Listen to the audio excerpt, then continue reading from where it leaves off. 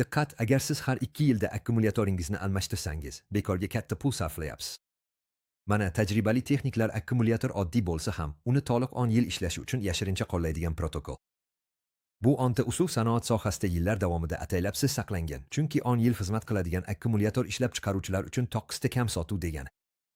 4-chi usul shu qadar kuchli samaraga egaki, hatto butunlay ishlamay qolgan akkumulyatorni ham yana hayotga qaytarib, uni optimal holatga keltiradi. Lekin ehtiyot bo'ling, chunki bu bosqichlardan birortasini noto'g'ri bajarsangiz, akkumulyatoringizni butunlay ishdan chiqarib, kichik muammoni ancha katta xarajatlarga aylantirishingiz mumkin. Akkumulyatoringizni mashinangizdan ham uzoqroq xizmat qilishini xohlaysizmi?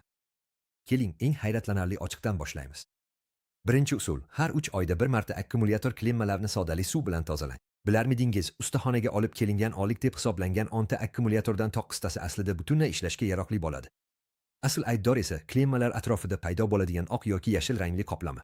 Bu oddiy kir emas, balki asta-sekin elektr aloqasini yomonlashtiradigan, tirik organizmdagi tiqilib qolgan tomirlar kabi kislotali va korroziv qoldiqdir. Ustalar avlodlardan beri foydalanib kelayotgan usul quyidagicha: 2 osh qoshiq sodani 1 stakan iliq suvda eritib oling. Bu aralashma akkumulyatordagi kislotalarni samarali tarzda zararsizlantiradi. Avvalo, har doim birinchi navbatda manfiy kontaktni uzing. Keyin eritmani kontaktlarga quying va yuzaga kelayotgan kopiklanishni kuzating.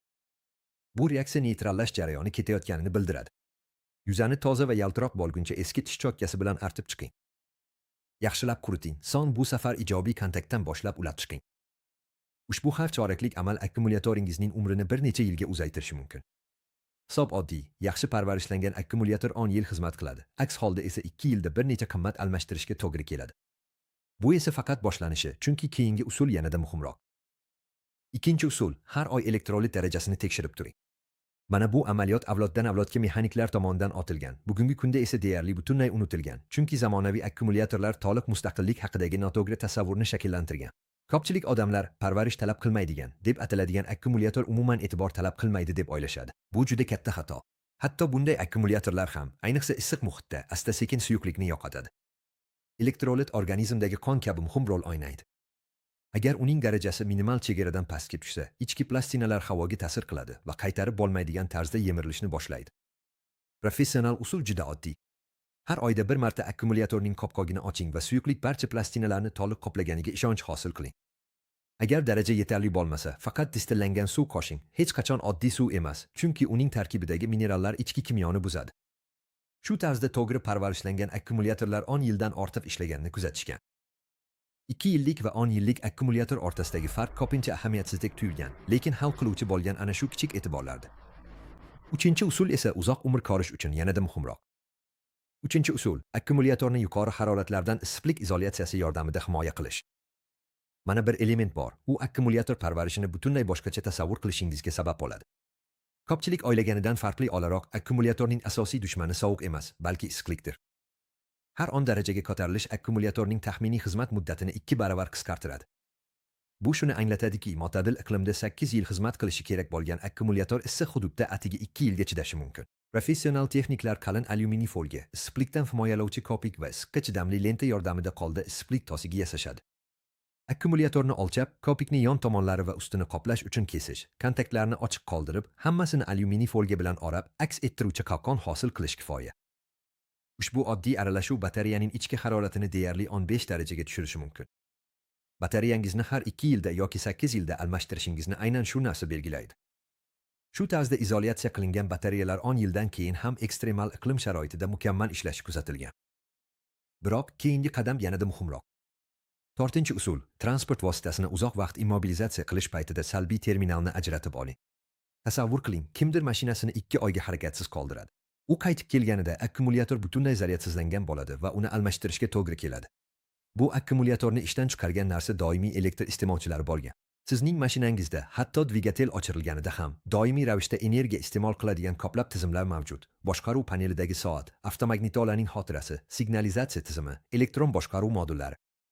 Ularning barchasi doimiy ravishda juda oz miqdorda energiya tortadi. Professional usul shundan iboratki, mashinani bir haftadan ko'proq vaqtga harakatsiz qoldirishdan oldin faqat manfiy kontaktni uzib qo'yish kerak. Har doim avval uni uzish lozim. Bu harakat butun zanjirni uzib qo'yadi va ushbu qurilmalarning akkumulyatorni asta-sekin bo'shatib yuborishining oldini oladi. Shu oddiy ehtiyot chorasi bilan akkumulyator bir necha oy davomida zaryadini saqlab turadi. Aytganingizda faqat manfiy kontaktni qayta ulash kifoya va mashina odatdagidek ishga tushadi. Agar bu odat qat'iy rioya qilinsa, akkumulyator ko'p yillar davomida muammosiz ishlaydi. 5-usul har doim kuchlanishni 12.4 va 12.7 volt oraligida ushlab turish. Mana shu sir 2 yillik akkumulyatorlarni 10 yilliklardan ajratib turadi va ko'pchilik haydovchilar bundan umuman bexabar. Ko'pchilik akkumulyator dvigatelni ishga tushira olsa, u yaxshi holatda deb o'ylaydi. Bu juda katta xato. Akkumulyator hali ham mashinani ishga tushirishi mumkin, lekin u sekin-asta buzilib borayotgan bo'ladi. Akkumulyatorni sportchiga o'xshatib ko'ring. Agar u doim haddan tashqari zoriftirilsa yoki juda uzoq vaqt butunlay dam olgan holatda tursa, u buzila boshlaydi. Aksincha, agar u barqaror va sog'lom ish diapazonida ishlasa, yillar davomida xizmat qilishi mumkin. Ideal kuchlanish dvigatel o'chirilganida 12.6 volt. 12.7 voltdan yuqori bo'lsa, akkumulyator ortiqcha zaryadlanadi va ichki plastinalar sulfatlanadi. 12.4 voltdan past bo'lsa, u chuqur zaryadsizlanishga kiradi va natijada doimiy yigilib qoladigan kristallar hosil bo'ladi. Professional usul multimetr olib, har 2 haftada akkumulyatorni tekshirib turishdi. 12.4 voltdan past bo'lsa, mos zaryadlovchini 2 soatga ulang. 12.7 voltdan yuqori bo'lsa, generatorni tekshiring, chunki u qizib ketmoqda. Mana shu oddiy odat yaxshi parvarishlangan akkumulyatorlarga 10 yildan ortiq ishlash imkonini beradi. 6-usul sigimning 50% dan pastga tushib ketadigan zaryadsizlanishdan butunlay saqlaning. Mana akkumulyatorlarni sekin-asta ishdan chiqaradigan va aksariyat haydovchilar bilmagan holda yo'l qo'yadigan xato. Akkumulyator hayotiy muhim organ kabi skillarga bo'ysunib ishlaydi. Har bir chuqur oqinda u 1, 2, ehtimol 3 marta bardosh bera oladigan, ammo abadiy tuzalib keta olmaydigan kuchli zarbaga tengdir. Ko'pgina haydovchilar batareya faqat dvigatel ishga tushishdan bosh tortganda zaryadsizlanadi deb hisoblashadi. Bu bosqichda uning umrining yarmi allaqachon iste'mol qilingan. Mutaxassislar qoidasi shuki, kuchlanishni hech qachon 12.2 voltdan pastga tushishiga yo'l qo'ymaslik kerak. Bu taxminan 50% zaryadga to'g'ri keladi. Dvigatelning zo'rga ishga tushishi yoki elektr jihozlarning sust ishlashi kabi belgilar siz xavfli hududga kirayotganingizni bildiradi. Buni har oy oddiy bir multimetr yordamida nazorat qilish kifoya. 12.6 voltda hammasi joyida. 12.4 voltda holat qoniqarli. 12.2 voltda bu allaqachon ogohlantirishdir. Agar akkumulyator hech qachon shu chegaradan pastga tushmasa, u 12 yilgacha xizmat qilishi mumkin. Quyidagi usul sizga aynan shu ideal kuchlanishni qanday saqlashni aniq tushuntirib beradi. 7-usul har oy muntazam parvarish uchun aqlli zaryadlovchi qurilmadan foydalanish. Mana aynan shu narsa akkumulyatorning xizmat muddatini 2 baravar oshirishga imkon beradi va buni faqat eng tajribali texniklar amalda qo'llashadi. Musobaqalarda ishlatiladigan avtomobil akkumulyatorlari juda og'ir sharoitlarga qaramay yillar davomida xizmat qiladi va bu bejiz emas. Bu jamoalar akkumulyatorni doimiy ravishda optimal holatda ushlab turadigan texnik xizmat ko'rsatish zaryadi deb ataladigan usulni qo'llashadi. Buning uchun siz sifatli texnik xizmat yoki float rejimiga ega aqlli zaryadlovchi qurilmaga sarmoya kiritishingiz kerak. Har oyda bir marta akkumulyatoringizni shu zaryadlovchiga butun tun davomida ulang. Qurilma avtomatik ravishda zaryad holatini aniqlaydi va hujayralarni muvozanatlash hamda erta sulfatlanishni oldini olish uchun aynan kerakli tokni beradi. Bu sizning akkumulyatoringiz uchun haqiqiy regeneratsiya muolajasidir. Plastinalar tiklanadi, elektrolit muvozanatga keladi va sulfat kristallari muammo bo'lishidan oldin eriydi. Yillar davomida ishlatilgan akkumulyatorlar ham shu usul yordamida yangi kabi ishlaydi. Bunday zaryadlovchi qurilmaning narxi akkumulyatorni almashtirishdan ancha arzon. 8-usul generator kuchlanishini muntazam nazorat qilish va sozlash.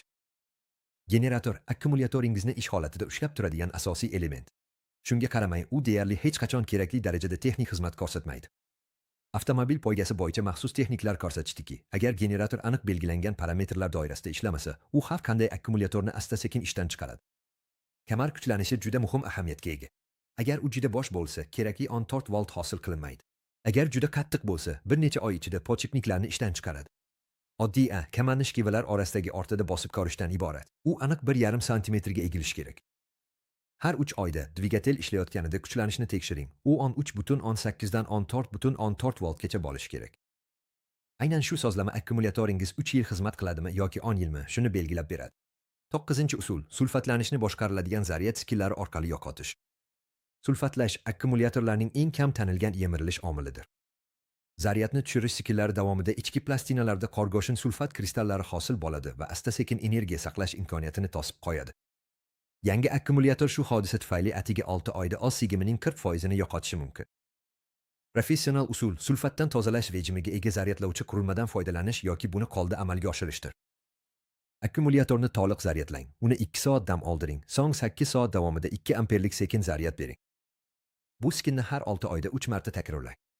Kristallar asta-sekin eriydi va akkumulyator asl sigimining 90% gacha tiklaydi. Bir necha yillik eski akkumulyatorlar ham shu tarzda yangi akkumulyatordek ishlashga qaytadi. 10-usul korroziyani oldini olish uchun klemmalarga vazelin surting. Bu juda oddiy, ammo uzoq muddatda akkumulyatorni saqlash uchun eng samarali usullardan biridir. Klemmalarda hosil bo'ladigan korroziya elektr toki otishini to'sadigan qarshilik paydo qiladi. To'liq zaryadlangan akkumulyator ham klemmalar yomonlashgani sababli mashinani ishga tushira olmasligi mumkin. Bu yechim deyarli tekin. Klemmalarni tozalagandan so'ng har biriga oddiy vazelindan yupqa qatlam surting. Bu namlik va korroziyaga olib keluvchi moddalardan himoya qiluvchi to'siq hosil qiladi. Shu tarzda ishlov berilgan akkumulyatorlar yillar davomida klemmalarni a'lo holatda saqlaydi. Holbuki himoyalanmagan klemmalarda atigi bir necha oy ichida kuchli korroziya belgilari paydo bo'ladi. Arzimagan xarajat evaziga ancha katta xarajatlardan qutulasiz. Endi sizda oddiy akkumulyatorni butun 10 yil davomida optimal ishlashini ta'minlaydigan to'liq tizim mavjud. Ushbu usullarni muntazam qo'llash tez-tez va qimmat almashtirish bilan uzoq muddatli va samarali foydalanish o'rtasidagi farqni yaratadi hamda texnik xizmatga sarflangan har bir tiyingizni oqlaydi.